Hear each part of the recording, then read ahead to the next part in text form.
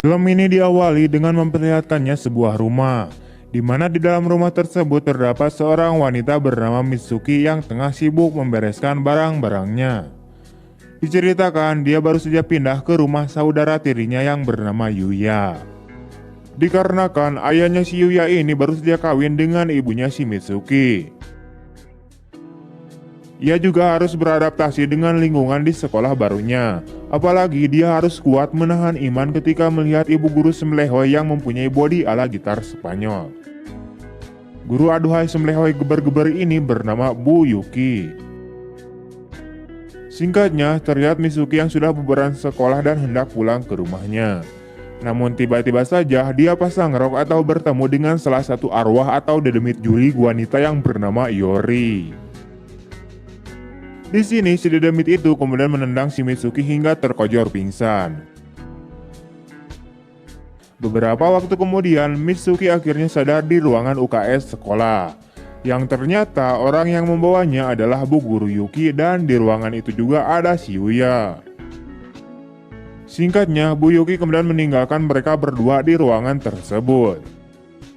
Tak lama kemudian Mitsuki tiba-tiba saja dirasuki oleh si Yori, sehingga sikapnya dan tingkah lakunya menjadi berubah. Di sini Mitsuki terlihat menjadi sosok yang sangean dan langsung menggoda si Yuya untuk melakukan Akan tetapi sebelum terjerumus lebih jauh lagi, untungnya kesadaran si Mitsuki ini keburu kembali. Setelah sadar, Mitsuki lalu terkejut dan rewas dikarenakan saat itu ia sedang numpahkan atau menunggangi si Yuya. Singkatnya, Mitsuki kemudian mengepret bebengetan si Yuya.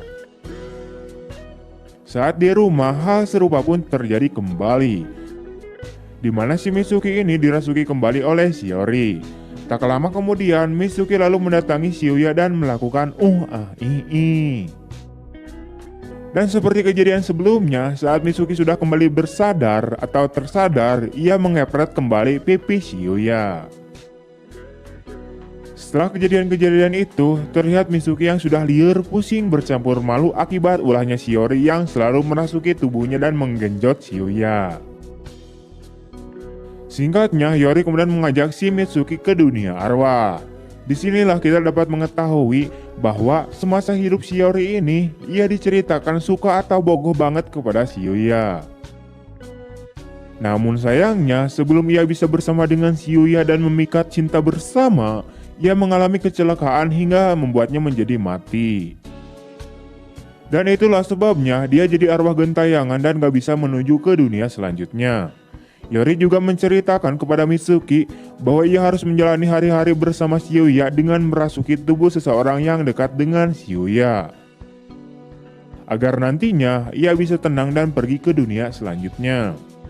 Karena hal itulah mengapa si Yori ini selalu merasuki tubuhnya si Mitsuki, sebab ia dekat dengan si Yuya dan serumah dengannya.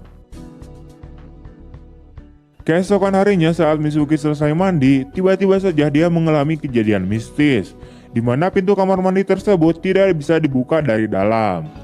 Sementara itu, Yuya yang berniat menolong si Mitsuki, pada akhirnya ia jugalah yang malah terkurung di dalam kamar mandi itu bersama dengan si Mitsuki.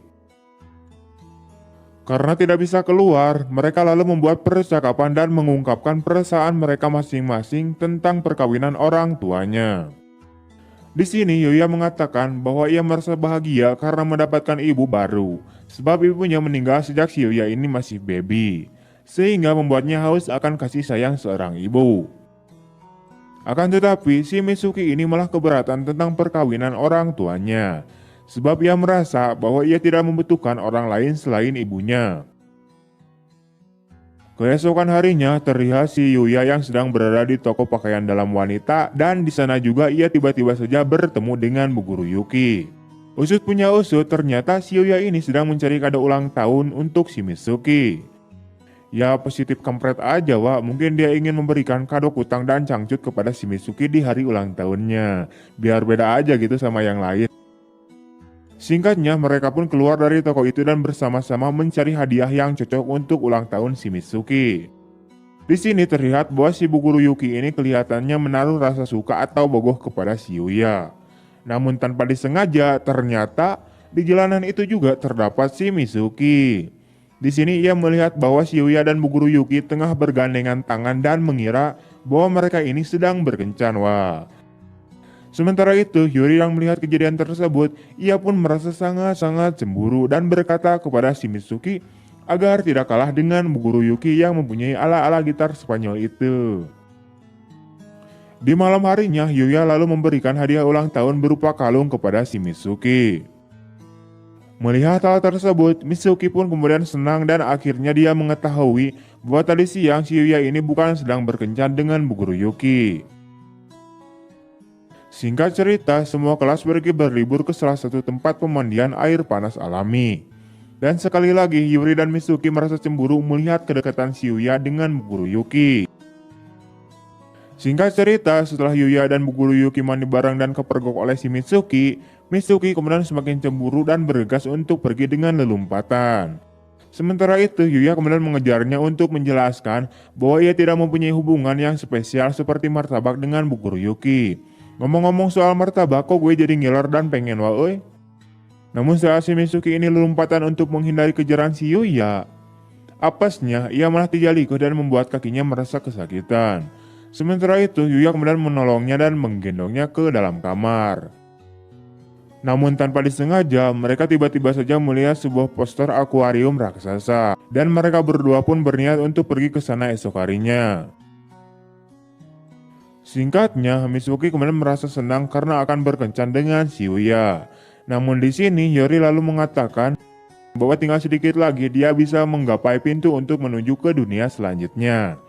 Yori lalu meminta kepada Mitsuki agar tubuhnya si Mitsuki itu bersedia untuk dirasuki oleh si Yori. Secara logikanya, jadi yang berkencan itu adalah si Yori dan bukan si Mitsuki. Wah. Karena si Mitsuki ini juga ingin membantu si Yori untuk menuju ke dunia selanjutnya dan pada akhirnya Mitsuki lalu menyetujui hal tersebut. Keesokan harinya, Yori pun akhirnya happy-happy membuat sebuah kenangan dengan si Yuya. Sementara itu, Mitsuki hanya bisa melihat saja dan menjadi kambing conge.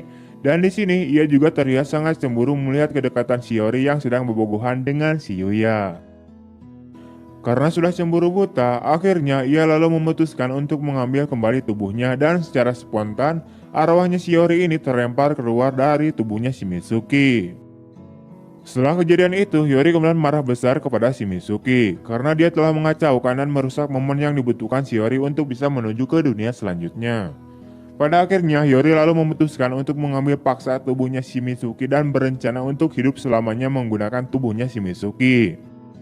Nah, jika rohnya si Mitsuki ini tidak bisa kembali lagi ke tubuhnya setelah beberapa hari, secara otomatis maka si Mitsuki lah yang akan mati. Singkatnya, Yori lalu masuk ke dalam sebuah sungai dan ngaduk fisik dengan si Mitsuki. Sementara itu, Yuya tiba-tiba saja datang, namun karena ia tidak bisa melihat Yori atau dedemit, jadinya dia hanya melihat tubuhnya si Mitsuki yang sepertinya akan tenggelam.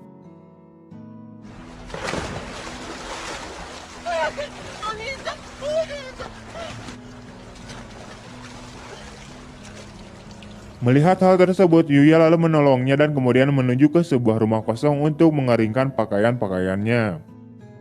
Singkatnya, Yori lalu menggoda dan mengajak si Yuya untuk melakukan Sementara itu, terlihat arwahnya si Mitsuki yang kini secara perlahan-lahan mulai menghilang. Karena tidak bisa berbuat apa-apa dan karena ia juga merasa bersalah sebab telah merusak momen yang dibutuhkan oleh si Yori, pada akhirnya Mitsuki pun ikhlas jika harus dia yang menghilang dan mati. Namun ternyata dan untungnya, si Yuya ini masih mempunyai iman yang kuat sehingga ia tidak jadi untuk melakukan Pada akhirnya, Yori kemudian menyadari kesalahannya dan ingin mengembalikan tubuhnya si Mitsuki. Singkatnya, Yori akhirnya sudah berhasil menuju ke dunia selanjutnya. Sementara itu si Mitsuki, sekarang ia sudah normal kembali dengan tubuhnya seutuh-utuhnya dan tidak ada pengganggu. Dan di akhir film, terlihat Yuya dan Mitsuki yang sedang makan bersama dan sekarang mereka akhirnya hidup normal layaknya seorang saudara dan setelah itu film pun tamat.